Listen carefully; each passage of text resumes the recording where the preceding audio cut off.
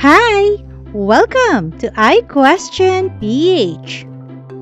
Today's question is: what are personal pronouns? Personal pronouns are words that take the place of nouns, especially the names of people, animals, places, or things. Instead of repeating the same noun many times, we use a personal pronoun to make our sentences smoother and easier to understand. For example, instead of saying, Mia is reading because Mia loves books, we can say, Mia is reading because she loves books. The word she replaces the noun Mia. In the same way, we can say, Ben is running. He is fast, where he replaces Ben. Or, the dog is barking. It is hungry, where it replaces the dog. Some common personal pronouns are I, you, he, she, it, we, and they. Each personal pronoun has a specific meaning. I refers to the person who is speaking. For example, I am drawing a picture means the speaker is the one drawing.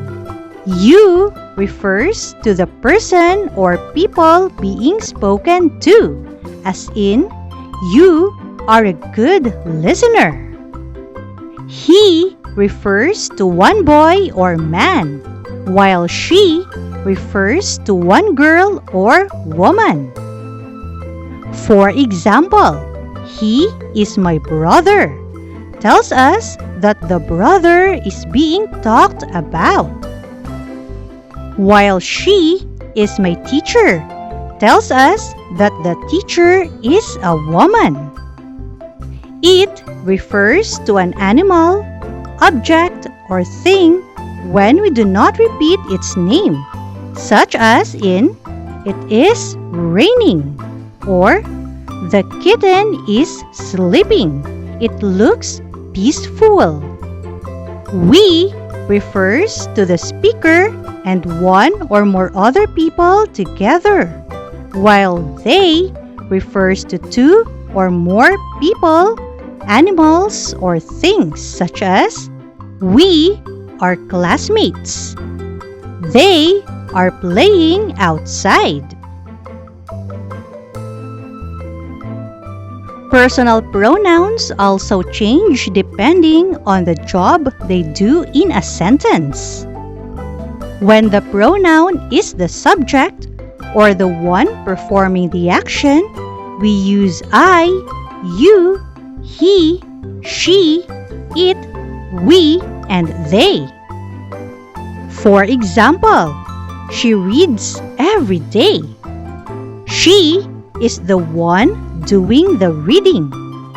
When the pronoun receives the action, we use me, you, him, her, it, us, and them. For example, she gave me a pencil. She is the one giving the pencil, while me is the one receiving it. Father called him. Him receives the action of being called. The librarian helped her. Her receives the help. Our teacher praised us. Us receives the praise. Please invite them to the party. Them refers to the people being invited. Personal pronouns appear in many of the sentences we use every day. I like to draw means the speaker enjoys drawing. You are my friend speaks directly to another person. He plays basketball tells us that a boy or a man plays the game. She sings beautifully tells us that a girl or a woman is singing. It is sleeping on the couch refers to an animal resting there. We are studying together shows that the speaker is included in the group. They are planting trees refers to several people working together. By looking at these examples, we can clearly see how personal pronouns replace nouns and make sentences sound natural, smooth, and easy to understand.